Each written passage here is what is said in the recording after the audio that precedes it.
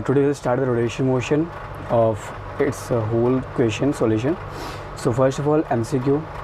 तो first question क्या कहता है कि a driver in a swimming pool bend his head before driving it. तो ऐसा क्यों करता है वो. देखो मैं आपसे एक क्वेश्चन पूछना चाहता हूँ कि आपने लिखने पहले ही क्वेश्चंस में आपने एक चीज़ पढ़ा था कि force that is equal to mass into क्या होता है एक्सेलरेशन. मतलब फोर्स जो बढ़ा तब बढ़ेगा जब मास क्या होता है ज़्यादा होता है ना. फोर्स ज़्यादा लगेगा जब मास क्या होगा ज़्यादा होगा. ऐसे ही ये जो मास है रोटेशनल मोशन में मोमेंट ऑफ इनर्शिया की जगह मास लेता है. ज़्यादा मोमेंट ऑफ इनर्शिया रहेगा तो बॉडी कम घूम पाएगी है. और यदि ज़्यादा कम मोमेंट ऑफ इनर्शिया रहेगा तो बॉडी क्या करती है ज़्यादा घूम पाती है. तो ये जो स्विमर का क्या रूल है ना, स्विमर क्या होते हैं, मान लीजिए ऐसे बॉडी है किसी की, ठीक है. यदि ये अपने हेड को बेंड कर लेगा तो ये क्या कर पाएगा, एक स्पिन में दिख रहा है आपको, एक स्पिन में घूम पाएगा, एक सर्कल सा हो जाएगा. यदि ये फैला दे मुंडी ऊपर करेगा तो मोमेंट ऑफ इनर्शिया बढ़ने का चांस क्या होता है ज़्यादा हो जाएगा. मतलब मासेस क्या हो जाएंगे दूर होंगी, और जब मासेस दूर होंगे तो मोमेंट ऑफ इनर्शिया क्या होता है ज़्यादा हो जाता है. इसलिए अपने आप को क्या करते हैं ये बेंड कर लेते हैं ताकि मोमेंट ऑफ इनर्शिया क्या हो सके कम हो सके. अच्छा यदि ऐसे कम होता है ज़्यादा कहाँ होता है. आपने साइकिल को देखा है, जो साइकिल होती हैं साइकिल का जो रिम होता है मतलब ये रिम है तो इसका मास कहाँ पे रखते हैं, टायर को हम यहाँ रखते हैं ना, ताकि मास कहाँ पे हो जाए दूर हो जाए. और यदि मास दूर होगा तो मोमेंट ऑफ इनर्शिया क्या होगी ज़्यादा. मोमेंट ऑफ इनर्शिया यदि ज़्यादा करेंगे तो मोमेंट ऑफ इनर्शिया का फंडा क्या है, एक तो चलेगी नहीं और जब चलेगी तो रुकेगी नहीं. तो यही रूल है कि यदि मास दूर रखोगे तो एक बार आपको चलाने में क्या होती है तकलीफ़, और जब वो चलने लगती है तो रुकती नहीं है, तब आप आराम से चलते हो. ये है मोमेंट ऑफ इनर्शिया का रूल. तो इसलिए बेंड करते ताकि क्या कर सके वो अपने मोमेंट ऑफ इनर्शिया को क्या कर सके कम कर सके. जब मोमेंट ऑफ इनर्शिया कम हो जाएगा तो ज़्यादा मूवमेंट कर पाएगा, ज़्यादा घूम पाएगा एंड फिर आगे क्या कर सकता है मूव कर सकता है. ठीक है. नेक्स्ट क्वेश्चन देखते हैं कि the angular momentum of A system is conserve. Conserve का मीन समझते हो, कंजर्व मतलब होता है कोई चेंज नहीं, कोई भी उस पर बॉडी पे एक्सटर्नल फोर्स नहीं लगेगा तो उसमें कोई भी चेंज नहीं आएगा, जैसा है वो वैसा रहना चाहिए. ठीक है. तो इसका लाइन बाय लाइन ही आंसर आपका आ जाता है कि when no external torque act upon the system. इसमें कोई मेंशन ना करें क्योंकि एंगुलर मोमेंटम क्या है कंजर्व है, इसका मतलब वो कांस्टेंट है. कांस्टेंट का मतलब कोई चीज़ तब होती है जब उसे कोई बाहर से डिस्टर्ब ना करे. ठीक है. थर्ड क्वेश्चन की तरफ बढ़ो. थर्ड क्वेश्चन आपसे कहता है कि एक ये थोड़ा कॉन्सेप्चुअल है, थोड़ा अच्छा क्वेश्चन दिया आपको. सेंट्रीपिटल फोर्स के बारे में दिया है और आप जानते हो कि सेंट्रीपिटल जो फोर्स होता है ये कैसा है, डायनेमिक में आ गई आपकी. मतलब ये काइनेमेटिक नहीं है, क्या है डायनेमिक है. मतलब फोर्स के कारण आने वाली रिएक्शन है. मतलब कि यहाँ पे फोर्स यहाँ पे आपका ज़्यादा मेन इंपॉर्टेंट रोल है. जैसे जो आपने सेंट्रीपिटल फोर्स पढ़ा इसके कारण क्या होती है सर्कुलर मोशन होता है. एक चीज़ ध्यान दीजिएगा, कोई भी सर्कुलर मोशन तब होगा जब उस बॉडी के पास पहले से क्या रहेगी, जब उसके पास पहले से सेंट्रीपिटल फोर्स होना चाहिए. सिंपल मान लीजिए कि सेंट्रल फोर्स हमेशा कहाँ लगेगा टुवर्ड सेंटर. ये कोई बॉडी है जिसकी रेडियस आर है तो ये फोर्स लग रहा है इस डायरेक्शन में. तो एक चीज़ ध्यान देना, सर्कुलर मोशन करने के लिए इसके पास सेंट्रीपिटल फोर्स को बैलेंस करने के लिए कोई ना कोई फोर्स होना चाहिए. जैसे मान लो कि एग्जांपल कि आप कोई झूला झूलने जाते हो, झूला है कहीं झूला लगा हुआ है तो झूले वाले को जितने आप पैसे दोगे उतना आपको झुलाएगा ना, और जितना आप पैसे दोगे तो झुलाएगा भी ना, मतलब आपको स्विम नहीं कराएगा. तो सिंपल सा रूल है, जितने आप पेमेंट करते हो उतना आपको सामान देगा, और यदि पेमेंट नहीं करोगे तो क्या करेगा आपको सामान नहीं देगा. तो नॉर्मल रूल यहाँ पर ये भी है कि तब तक कि यहाँ पे आपको नॉर्मल को चाहिए बोला है कि स्टोन को हमने टाइट कर लिया. एक स्टोन है इसको हमने टाइट किया हुआ है, एक एंड से उसे फिक्स कर लिया है और एक एंड पे एक बॉब को होल्ड किया हुआ है. ठीक है. एंड उसे क्या करते हैं वॉल यदि उसे हॉरिजॉन्टल प्लेन घुमाते हैं तो बोलता है कि प्रोग्रेसिवली इंक्रीज स्पीड, और उसकी स्पीड भी को हम क्या करते हैं इंक्रीज कराते हैं. इसकी क्या करते हैं स्पीड को भी इंक्रीज कराएंगे. ठीक है.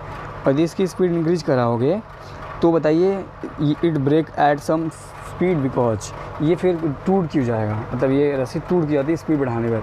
अभी मैंने आपको बोला कि भाई कोई भी सर्कुलर मोशन करेगा तब करेगा जब उसके पास क्या होना चाहिए पहले से सेंट्रीपिटल फोर्स को बैलेंस करने वाला कोई फोर्स चाहिए. तो यहाँ पे कौन सा फोर्स दिखा रहा है, ये है बॉब, ये रस्सी से टंगा हुआ है और इसको आप घुमा रहे हो. तो एक तो फोर्स यहाँ पे लगने वाला है वो सेंट्रीपिटल फोर्स है, इससे बैलेंस कौन कर रहा है अपोजिट डायरेक्शन पे. इस पे बैठो दिखाओ डायरेक्शन टेंशन, इसे बैलेंस करने वाला फोर्स, क्योंकि स्ट्रिंग है स्ट्रिंग में टेंशन ही होती है. टेंशन है वाह, टेंशन की लिमिट तो होगी. टेंशन तो ऐसा नहीं कि कितना भी आप किसी भी वायर हो गया रस्सियों को खींच सकते हो, नहीं ना, एक लिमिट होगी. वो जितना लिमिट क्रॉस कर दिया तब ये ब्रेक कर जाएगा। सिंपल सी बात है कि जब ये लिमिट क्रॉस किया कि अभी ज़्यादा स्पीड बढ़ाओगे उतना ज़्यादा टेंशन बढ़ेगा, और जितना टेंशन ये स्ट्रिंग सह सकता है उतने तक घूमेगा, और जब तक टेंशन सहना ख़त्म होगा ये क्या कर जाएगा, ब्रेक कर जाएगा। ठीक है, तो इसका क्वेश्चन ये होगा कि जो रिक्वायर्ड जो आपका सेंट्रीफ्यूगल फोर्स है, जो आपका रिक्वायर्ड का है सेंट्रीफ्यूगल, आंसर आपका यहाँ पे बी होगा इसका, कि रिक्वायर्ड क्या होगा, centrifugal force, required centrifugal force is greater than, ये यदि ज़्यादा हो जाए, उसे सेंट्रीफ्यूगल फोर्स ज़्यादा चाहिए, आपके टेंशन जो आप उतना टेंशन नहीं दे पा रहे हो, तो क्या हो जाएगा, आपको ब्रेक डाउन, अब रस्सी टूट जाएगी। रिक्वायर्ड यदि एफ सी ज़्यादा हो गई किससे, टेंशन से, टेंशन में स्ट्रिंग, तो ऑब्वियसली वो क्या हो जाएगा, ब्रेक कर जाएगा। Tension substandard to the string. ठीक है, बट मीन्स ये है कि आपके हैंड में 2 kg शक्कर लेने की पैसे है आपके पास, और आप मांग रहे हो 5 kg, तो क्या 2 kg की आपको 20 मान लीजिए जो भी हो अमाउंट 80 हो, तो आप मांग रहे हो 5 kg, तो आपको प्रोवाइड करेगा, नहीं प्रोवाइड करेगा ना, तो बोलेगा निकल लो भैया। तो ये रीज़न यहाँ पे कॉन्सेप्ट का यूज कर सकते हो कि टेंशन उतनी चाहिए यदि ये बैलेंस है, जितना आपको एफ सी चाहिए उतना ही आपकी स्ट्रिंग है, तो उतना आपका टेंशन है, तो अपना इसका सर्कुलर मोशन होता रहेगा, और यदि उससे ज़्यादा यदि ये ज़्यादा हुआ तो ब्रेक कर जाएगा। ये ज़्यादा कोई इशू नहीं है, क्योंकि ये यदि रिक्वायरमेंट ऑफ सेंट्रीफ्यूगल फोर्स ज़्यादा होगा तो टेंशन में, तो आपकी जो स्ट्रिंग है वो टूट जाएगी, एंड जो बॉब है वो क्या हो जाएगा, हमेशा वर्टिकली भाग जाएगा। ठीक है, नेक्स्ट क्वेश्चन चलते हैं। आपसे उसने बोला है कि फोर्थ क्वेश्चन जो है मोमेंट ऑफ इनर्शिया निकालने बोल रहा है। क्या निकालेगा आपसे, moment of inertia. Moment of inertia उसने पूछा है सर्कुलर लूप का, एक सर्कुलर लूप है जिसकी रेडियस कितनी बोला उसने, आर, एंड बोला है r/2 डिस्टेंस पे, बट उसने r/2 पैरेलल बोला है, parallel to the horizontal plane की। ये हॉरिजॉन्टल प्लेन है, इसके पैरेलल आपको कहाँ पे जानी है, r/2 पे। तो मान तो ये भी तो रेडियस है, इस रेडियस का r/2 यहाँ पे होगा, हाफ इसका रेडियस का, और इसके पैरेलल आपको लाइन ड्रॉ करनी है।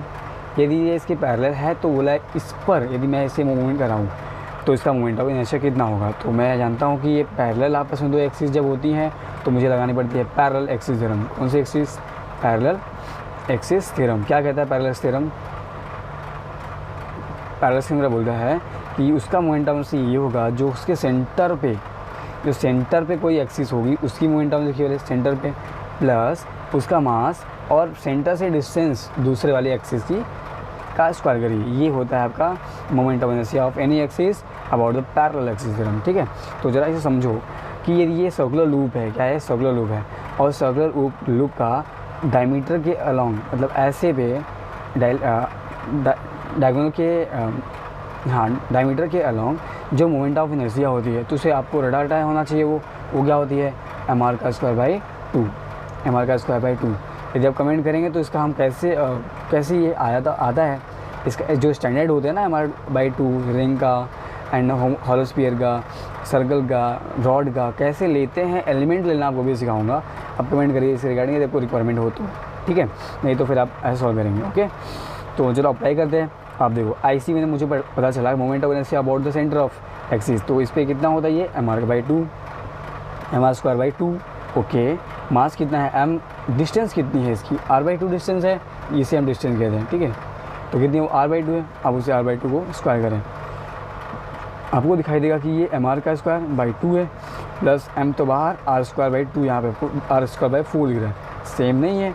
आप इसे सेम करिए, सेम कैसे करेंगे, 2 से नीचे ऊपर इंटू करें, आपको दिखाई देगा कि नीचे बेस 2 2 4 बेस सेम हो जाएगा, फिर 2 mr² प्लस 1 mr² कितना हो जाएगा, 3 mr² हो जाएगा। तो इसका आंसर कितना आ गया, 3/4 mr²। मतलब इस एक्सिस के अबाउट जो एक्सिस ऑफ रोटेशन है वो कितनी आ रही है, 3/4 mr²। चलो क्लियर है। नेक्स्ट क्वेश्चन करते हैं, इसे रफ करते हैं।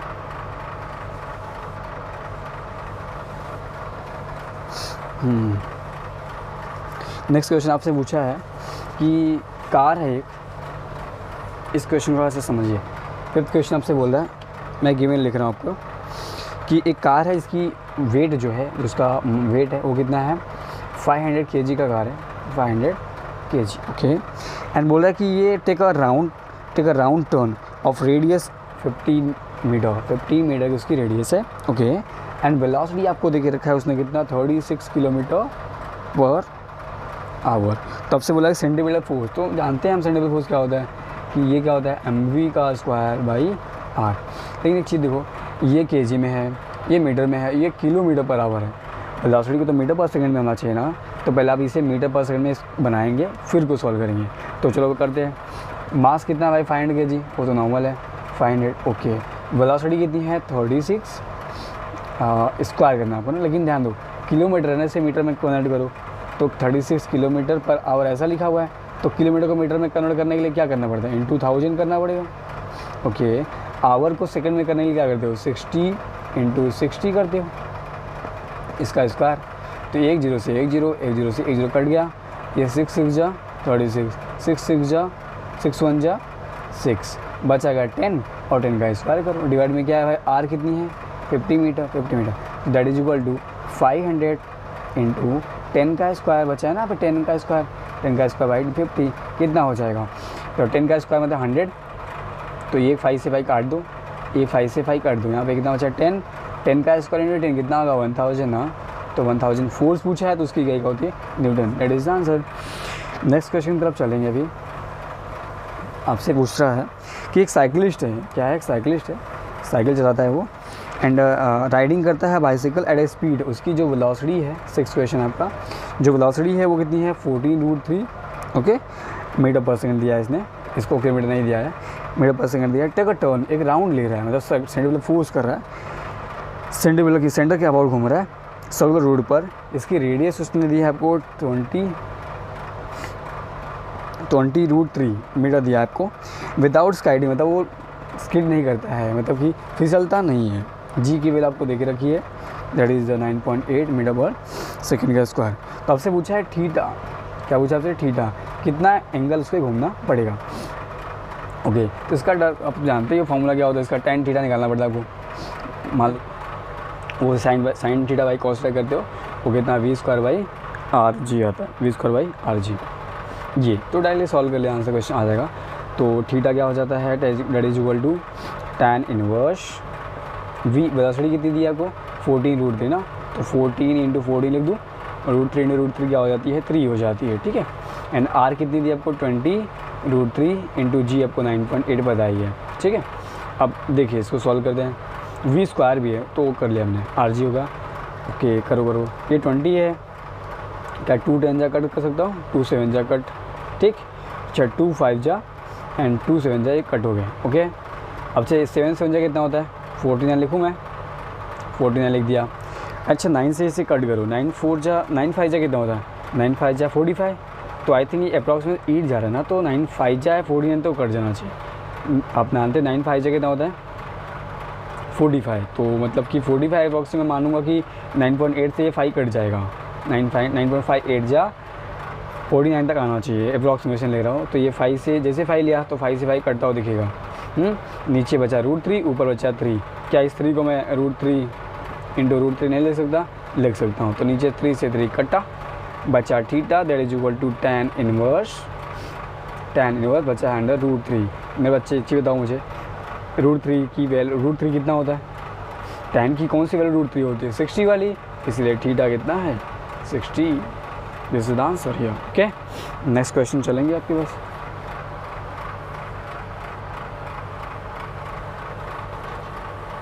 ओके, आपसे भी ये स्ट्रिंग का क्वेश्चन कुछ पूछा है आपसे, 7th जो क्वेश्चन है आपसे बोलता है कि स्ट्रिंग है जिसकी लेंथ L है, एक स्ट्रिंग है जिसकी लेंथ कितनी है L, ये इसकी है लेंथ है, ठीक है। उसे फिक्स किया है 1 एंड से एंड कैरी द मास। अब एक ले लो ऐसे, ये मास है, ऐसे एक जगह से फिक्स कर लिया, एक जगह से क्या करते हैं रोटेट कराएंगे, ठीक है। एंड वो कैरी करी मास उसका m है एट अंदर एंड पे। The string maker 2 pi by revolution, revolution मतलब होता है theta that is equal to 2 pi n, जानते हो आप एंगुलर मोमेंटम करता है 2 पाई n, रिवॉल्यूशन को हम n दिखाते हैं, और n उसने क्या बोला है आपको 2/पाई उसने दे के रखा है, ये गिवन है, ठीक है। एंड आपसे बोलता है वर्टिकल एक्सिस पे कर रही है मोशन, तो आपको टेंशन इन द स्ट्रिंग निकालनी है, tension in the string that is the T बोला है आपको, ठीक है, जानते हैं। एंड रिवॉल्यूशन उसने बोला है कि जो n है ना वो कितना है 2/पाई है, ठीक है। आइए जरा हम देखते हैं, ये ओमेगा है, हम जानते हो कि ओमेगा कितना होता है angular momentum, 2πm and N आपको यहाँ पे गिवन है कितना है वो × 2/पाई। तो ओमेगा क्या मिलता है आपको, पाई से पाई कटेगा, 2 2 जा 4, तो ओमेगा कितना मिला आपको 4 रेडियन पर सेकंड का स्क्वायर। तो ये ओमेगा है ना पर सेकंड, ठीक है। अब आपको उसने बोला है कि टेंशन क्या होगा स्ट्रिंग में, और tension he nothing but the force होता है, और फोर्स क्या होता है आपका mv²/r, mv²/, बट v की जगह आप जैसे r ओमेगा लिखोगे तो आपको दिखाएगा कि इसका स्क्वायर हो जाएगा, और स्क्वायर मतलब होता है कि r का स्क्वायर ओमेगा का स्क्वायर, तो एक r से एक r कट जाएगा, आपको दिखेगा कि m/r ओमेगा का स्क्वायर आपको दिखाई देगा, टेंशन ना। अच्छा, मास कितना है उसका m ही है, r कितना है लेंथ है, ओमेगा कितना है 4, तो 4 का स्क्वायर क्या होता है 16, इसलिए यहाँ पे कितना है 16 ml। It is answer. Next question चलते हैं।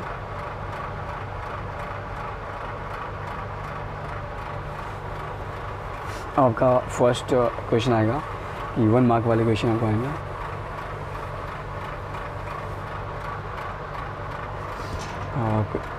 वन आंसर इन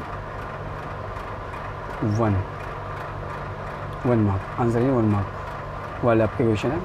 तो आपसे फर्स्ट ने बोला है क्वेश्चन कि find the radius of gyration. Radius of gyration को मैं कैसे दिखाता हूँ, मैं नहीं सब दिखा दें।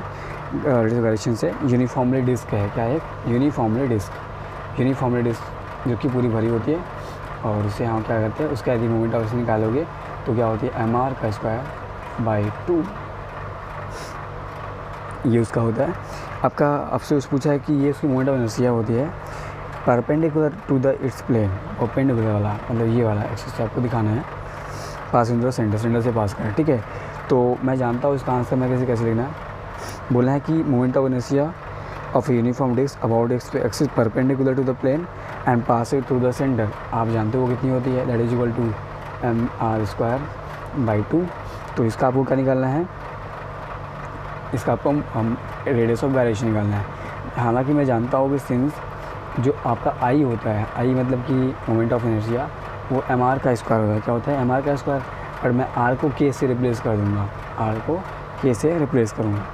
k से रिप्लेस मीन्स होता है कि जो मोमेंट ऑफ इनर्शिया वो बराबर होती है रेडियस ऑफ गायरेशन की, और रेडियस ऑफ गायरेशन क्या होता है, मास इनटू परपेंडिकुलर जो डिस्टेंस होता है ऑब्जेक्ट के। पूरी बॉडी को आप एक ये एक्सिस है, पूरे मास को मैंने एक पॉइंट मास बनाना है, इस पॉइंट मास को किसी की दूरी पर रखने पर इसका जो मोमेंट ऑफ इनर्शिया होता है वो उसका मोमेंट ऑफ इनर्शिया उस पैरेलल एक्सिस के द्वारा होता है।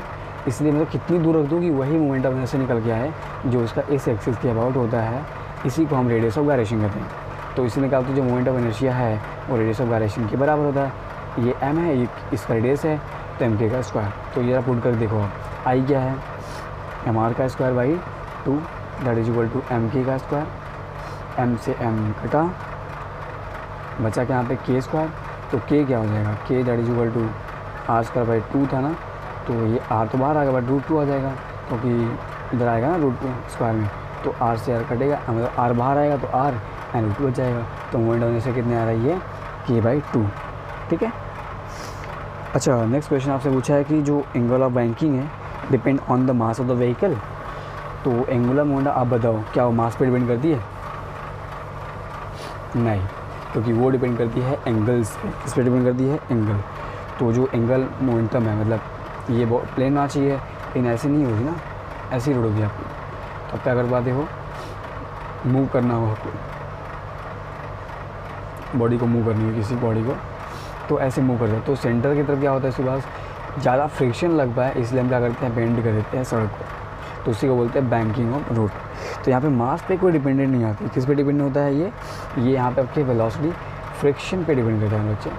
फ्रिक्शन एंड सेंटीमीटर फोर्स का काम यहाँ पे है, नॉट अ मास। यहाँ पे मास का कोई रोल नहीं आएगा, ठीक है। तो आप क्या लिख सकते हैं आप कि no angle of banking, no angle of banking, answer है no angle of banking is independent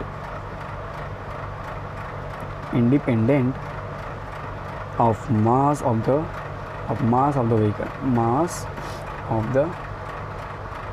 vehicle, ये अब किसका आंसर हो जाएगा। नेक्स्ट क्वेश्चन चलते हैं। आपसे पूछता है कि during the ice ballet while in the outer round why do the dancer outstretch their arm and legs. देखिए अब ये मोमेंट ऑफ इनर्शिया का क्वेश्चन है, इसका क्वेश्चन है मोमेंट ऑफ इनर्शिया का। तो जब भी आइस बेल्ट मतलब कि एक जो गर्ल होती है ये डांस ये ऐसे ही मूव करती हैं, एक्सिस के अबाउट घूमती हैं। तो यदि ये अपने आर्म्स को यदि बाहर खींचते हैं, यदि आर्म्स को यदि बाहर किया इसने ऐसे ऐसे बाहर किया तो क्या होगा, मास क्या होगा उसकी बॉडी का डिस्ट्रीब्यूट हो जाएगा। और जब मास दूर दूर रहेंगे, मास इसके हाथ के बोलो तो दूर हुए तैसे ही क्या होगा, एंगुलर मोमेंटम क्या हो जाएगा, कम होने लगेगा। तो अपने आप को रोकने के लिए, स्पीड बढ़ रही है इनकी, रोकने के लिए अपने हाथ एंड पैर को क्या करते हैं, फैला लेते हैं ताकि मास क्या हो जाए, दूर शिफ्ट हो जाए, सेंटर से दूर हो जाए। और सेंटर से जब दूर होगा तो क्या होगा, एंगुलर वेलोसिटी क्या होती है, कम। ये इनका अर्थ, जिसका हम आंसर ऐसे लिख देना कि during the ice ballet while, जबकि while in the outer route, while in the outer round जो कर रहे हैं ना अभी, आउटर राउंड, द डांसर जो है, the dancer outstretch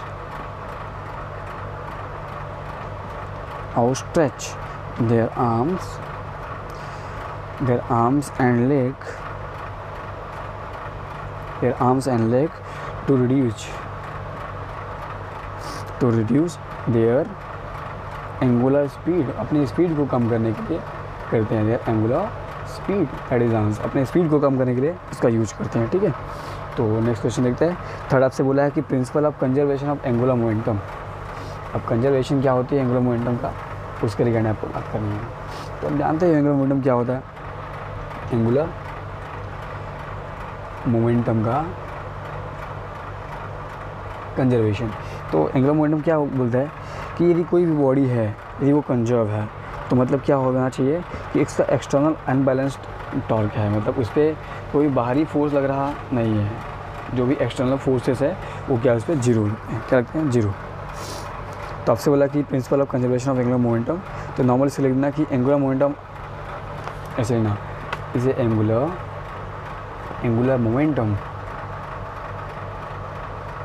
momentum of an isolated body है, कैसी बॉडी है, आइसोलेट फॉर्म में, आइसोलेटेड सिस्टम है, आइसोलेटेड सिस्टम इज कंजर्व है, ये क्या है, कंजर्व है इन द absence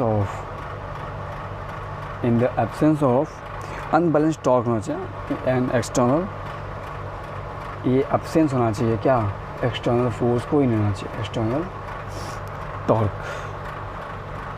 तभी वो कंजर्व कहलाएगा। जब उस पर कोई भी बॉडी, कोई भी एक्सटर्नल फोर्स क्या नहीं एक्ट नहीं करना चाहिए, कोई भी एक्सटर्नल टॉर्क क्या होना चाहिए, नहीं होना चाहिए, उस पर एक्ट नहीं करना चाहिए, तभी वो क्या कहलाएगा, कंजर्व कहलाएगा, नहीं तो फिर कंजर्व नहीं कहलाएगा। ठीक है, नेक्स्ट क्वेश्चन चलते हैं। आपसे बोला है कि दो बॉडी हैं, देयर मोमेंट ऑफ इनर्शिया है। यहाँ पे मान लीजिए दो बॉडी हैं, ठीक है, एक का मोमेंट ऑफ इनर्शिया आई है तो उसका दो गुना है, इसका ही क्या है, दो गुना है। तो respectively about their axis of rotation, if their kinetic energy of rotation, का जो काइनेटिक एनर्जी है ये E1 बोलो, इसका काइनेटिक एनर्जी 2 बोलो। क्या बोलता है, एनर्जी है रोटेशन आर इक्वल, ये आपस में, यदि ये आपस में काइनेटिक एनर्जी क्या हो, इक्वल हो, तो बोलता है what is the angular velocity, तो what is the ratio of omega 1 इसका, तो इसका क्या होगा ओमेगा 2, इसका रेशियो से पूछा। ठीक है, जैसा कि हम जानते हैं कि उसने बोला कि काइनेटिक एनर्जी आपस में क्या है, इक्वल, और यदि काइनेटिक एनर्जी आपस में इक्वल तो लगा देते हैं फिर हम। काइनेटिक एनर्जी क्या होती है, K1 इक्वल टू मैं बोलूँगा K2 एज ए गिवन है ये। तो काइनेटिक एनर्जी क्या होती है, काइनेटिक एनर्जी होती है हाफ ऑफ I ओमेगा 1 का square, that is equal to half of I omega 2 का स्क्वायर। ठीक है, तो ये तो सेम ही रहेंगे। अब यहाँ पे देखो हाफ से हाफ कटा, I से I कट गया, ओमेगा 1 सॉरी I से I नहीं कटेगा क्योंकि ये I1 है और ये क्या है, I2 है। तो चलो मुझे ओमेगा का रेशियो निकालना है, तो मैं लिखूँगा omega 1 divide by omega 2 that is equal to, ratio change आता है, I2 बाई I1 आ जाता है। स्क्वायर को मैंने यहाँ पे लिया रूट में, किस में लिया, रूट में। अच्छा I2 आप जानते हो उसने बोला है कि I1 का क्या है मोमेंट ऑफ इनर्शिया, I1 है आपका I और I2 कितना दिया आपको, इसने बोला है 2 है, जस्ट रिप्लेस इट। तो आप देखोगे कि omega 1 omega 2 that is equal to, मैं I1 की जगह पे I2 की जगह पे 2I कर दूँ तो लिखिएगा 2I I1 की जगह मैं क्या करता हूँ, और ये I1 जगह मैं क्या करता हूँ, I करूँगा, ठीक है।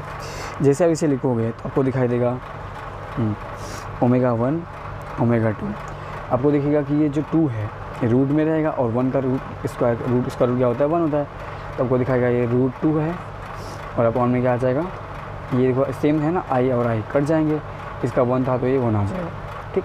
तो आपको ये दिखा कि ω1 अपॉन ω2 क्रॉस मल्टीप्लाई करो, ω1 1 जा ω1 ratio ω2 that is equal to क्या हो जाएगा, ये रेशियो का आएगा उल्टा जब करें ना, यहाँ पे ω1 रेशियो ω2 लिखा है तो यहाँ पे क्या लिखूँगा मैं इसे √2 रेशियो 1, क्योंकि ω1 का क्या होना चाहिए, तो हमेशा क्रॉस में ना, ω1 जा ω1 इंटू इसको आपस में क्रॉस मल्टीप्लाई करो एंड अब इस रेशियो को लिखोगे आपका आंसर आ जाएगा, ठीक है। That is answer.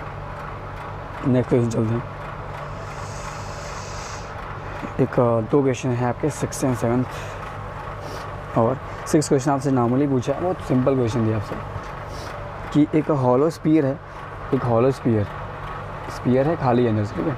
उसका बोलता है कि जो रेडियस है, उसकी जो रेडियस है आपसे 6.4 मीटर बोला, तो what is the minimum velocity, एक ऐसी वेलोसिटी बताइए सबसे कम वाली जिस पर वो यदि इस पर कोई साइकिल है वो रोटेट करे, घूमे, यदि वो घूमे तो बॉटम पे यदि वो चले, बॉटम से तो कहाँ पहुँच जाए, टॉप मोस्ट पॉइंट पे पहुँच जाए। अच्छा ये बोले ना bottom side to complete circle, तो ऐसे आपको मिनिमम वेलोसिटी चाहिए। आप जानते हो कि ये है, ये वर्टिकल मोशन से क्वेश्चन है। यदि कोई बॉडी को मैं यहाँ से VA रफ्तार से भेजूँ तो VA रफ्तार से ये फर्स्ट पॉइंट है, यहाँ तक पहुँचेगा जब मैं यहाँ पे कितना दूंगा, √में 3rg दूँगा, ठीक है। और जैसे मैं इसमें अंडर में 5rg वेलोसिटी दूँगा, 5rg, तभी जाकर यहाँ पे जस्ट सर्कल कंप्लीट करेगा, यहाँ पहुँचेगा और फिर यहाँ से सर्कल घूम जाएगा। लेकिन आपको स्टार्टिंग वेलोसिटी कितनी दे दी है, 5rg। ये कैसे 5rg, यहाँ पे mg, 3rg, 2rg क्या होता है आप कमेंट करो, पूरी इसके ऊपर वीडियो बना के देंगे आपको, ठीक है। तो होती है फर्स्ट आपको वेलोसिटी कितनी देनी है, 5rg, तो मिनिमम वेलोसिटी होगी मिनिमम कितनी होती है, √में 5rg, इतनी वेलोसिटी आपको देनी ही पड़ेगी, ठीक है। तो 5rg दीजिए, आंसर पुट करिए इसमें, √में कितना है 5 × 6.4 × 9.8, इसे इंटू कर लीजिए। जैसे आप इसे इंटू करो, यहाँ पे 17 का स्क्वायर बनेगा, ये सॉल्व करना, 17 का स्क्वायर बनेगा तो आंसर आप नॉर्मल लिख देना 17.7 मीटर पर सेकेंड, और इतना आप सॉल्व करें, ठीक है। नेक्स्ट क्वेश्चन देखते हैं। 7th क्वेश्चन आपसे बोला है कि a bend in a level, एक बेंड है रोड पर, has a radius 100 metre, find the maximum speed, आपसे V मैक्सिमम चाहिए। कार टर्निंग दिस बेंड में है विदाउट स्किडिंग, वो कार जो है स्किड ना करे, मतलब कि स्लिप ना करे, ठीक है। If the coefficient of friction, आपसे म्यू बोला उसने कि between the tyre and road is 0.8, उसने म्यू दे के रखा है आपसे, ठीक है। तो आप स्किडिंग ना करे, आप वेलोसिटी मैक्सिमम दिखाइए उसको, ठीक है। तो नॉर्मल जानते हैं आप V मैक्सिमम, तो आपको बताइए V मैक्सिमम क्या होती है, V मैक्सिमम ऐसा आपके पास क्या होती है, μ/g, वेलोसिटी। इसके ऊपर यदि गया तो कोई भी कार क्या कर सकती है, स्लिप कर जाती है, ठीक है। इससे आंसर रखिए, क्वेश्चन का आंसर मिल जाएगा। तो म्यू उसने दिया है 0.8, रेडियस आपको पता है कितना है 100, जी तो जानते हो 9.8 है, 9 से इंटू करोगे तो आपको ये दिखाई देगा कितना, दैट इज 28 मीटर पर सेकेंड आपको आ जाएगा। कैसे होगा ये देख लो, 0.8 को ये मैं 10 से इंटू करूँ तो ये 8 हो जाएगा, इसे मैं ऐसे 10 से इंटू करूँ तो 98 हो जाएगा। इसे आप इंटू कर लो, 8 है 64, 6 और 8 9 72, 6 कितना होता है 6 7 8 और 784 किसका स्क्वायर आता है, ये 28 का स्क्वायर है, इसे 28 मीटर पर second is the right answer. Thank you so much.